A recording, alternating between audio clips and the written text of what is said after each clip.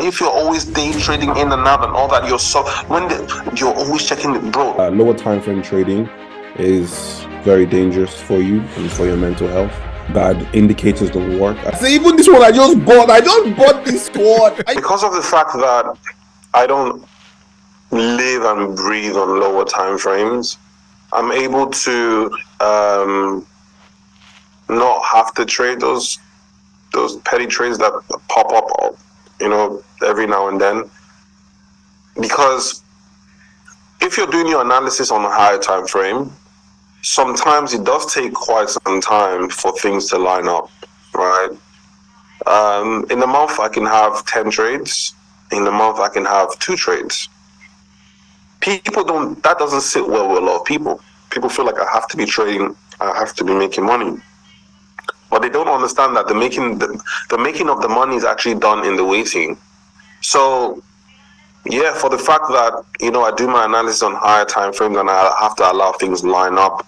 And then, so what that does is it helps me ignore most of the setups that happen on a day-to-day basis. And another reason why I'm not always trading is because when you're trading on lower time frames, you're subject to a lot more market manipulation. Let me give you an example, right?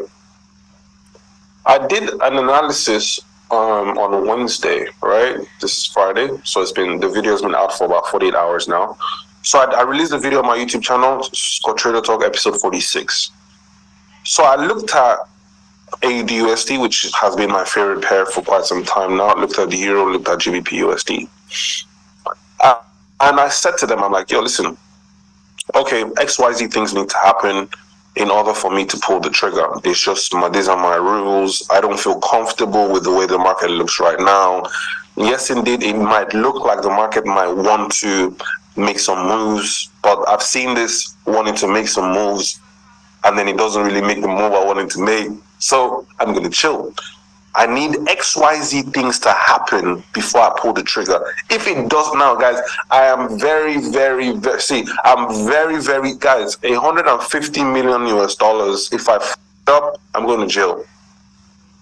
So I'm very, very, very, very disciplined when it comes to my entries. Very, very, like, if it don't happen the way I want it to happen, I'm not suffering. Like, I got money. I got $10,000 literally lying right next to me. My girlfriend's probably going to come pick it up and go shopping tomorrow.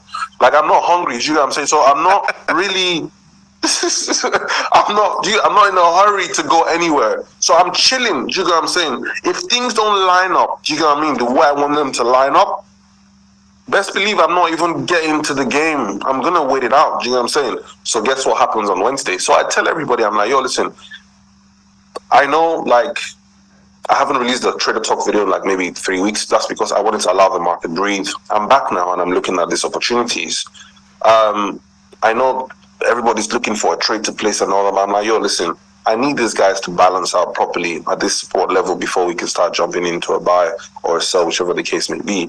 Until that happens, I'm not going to touch the trade. So when I come back next week and do another video, that would have given the market at least 6 weekly candles and a couple of daily, and so at least I would have seen price action on how price behaved at those major support level. I need to see candles come down, balance out, fake out the support level, come back above it, close above, fake out all the stop losses.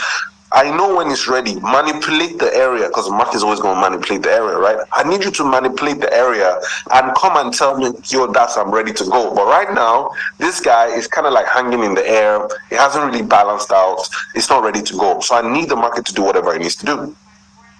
So, as always, I got maybe 50, so about 20,000 people view the video. In all those 20,000 people, there are people who are going to listen and the people that are not going to listen. Come on. So obviously, people who don't listen are just going to be like, they just heard the fact that I said it's bullish and they just go buying. And then I don't even realize that FOMC is coming out because I don't pay attention to the news. The way I trade, because I'm not always on lower time frames, I don't really care. The news is always going to get factored into the technicals. It's the way it works. Most people don't know this. The news is nothing but a distraction, yes. So what then happened was FOMC came out and the market started to go up, and people were like, oh my God, I'm going to miss out on this opportunity. Although Dap said we should wait for things to balance out at the support level. Listen, I'm getting somewhere with this. Dap said, but FOMC has come out and is pushing it in the direction that Dap said it was going to go, so I'm going to jump in it. Now, I see it on my Telegram group because once I close my charts, I close the charts. I don't look at it anymore. But from time to time, I just see what's happening on social media, and people, obviously, I've got a big community, so I just see what's happening. And then I could see the market going in the direction I said it was going to go. I was like, oh, well, it's gone, it's gone. The market didn't fulfill all my technical rules, right? So I'm going to let it go. Like, I'm not interested. Like, it's one of them ones, like, cool, let it go. So I close it. I'm like, all right, cool. Next week, we'll see what's happening, right? Best believe FOMC comes out, starts pushing the market up. Everybody starts buying. Why do I wake up this morning and then the market has completely reversed?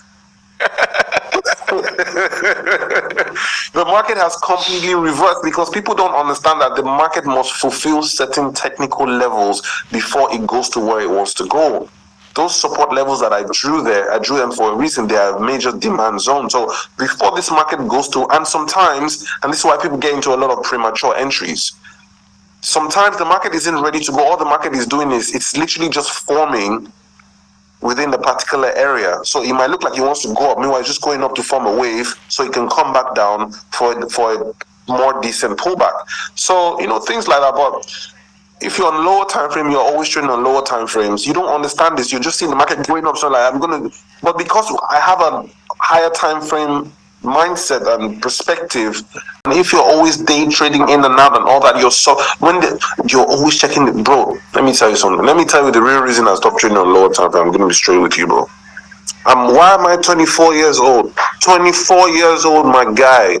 I'm playing 8-ball pool with my guys. So one of my guys hasn't seen me for a bit, and then he's like, oh, that's, and then he tries to hug me, and his hand is like a freaking mechanic's hand. So he hits my head, and one part of my head just is funny. So bothering me for like 3 months. I'm a very paranoid guy. So I go to the hospital. So I tell my nan, and my nan, obviously, she's a big pharmacist. She's like, just go to the hospital. Just go, I'll take you. So she's like, you know what? I'm going to go get checked out. Let's go. So I go to the hospital. And then, before the doctor says, like, obviously, gets to attend to you, you have to see the nurses, right? So the nurses are going to check your vitals. I don't know if that's the same in the States, but obviously in the UK, in Dubai and Nigeria, that's exactly how it rolls. So the nurses are going to check your vitals and stuff like that. Tell me why they check my blood pressure. This is high. Now, I don't even know it's high. I'm 24, or if not 23, not 24. I think I'm 24. So I'm like, so I don't really see it. But obviously, when she does it, I'm thinking it's normal because, don't forget, 24, 17, 25, I've been trading 7 years now. So for the last 7 years, that's what I've been seeing. So I think it's normal. This is not normal. I don't even know it's not normal. So I go to see the doctor. And then, so they check my head, everything. They do a scan and they do the blah, blah, blah, blah. It's like, Mr. Willis, you're fine. Just be paranoid. I'm just going to give you something to rub around there, give you some medication. It's obviously because he hit it and then your muscles reacted to it. Don't worry, it's nothing to do with your brain. And I'm like, all right, cool. So I'm about to fall out. Like, all right, thank you. You can speak to my nan. And he's like, there's something I need to speak to you about. I'm like, okay. I said, what's happening? I'm like, are you good with your grandma being here? I'm like, yo, what's happening? Like, this blood pressure, it's not normal for your age. What do you do for a living, Mr. Willis? I'm a financial trader. I'm a financial trader. That's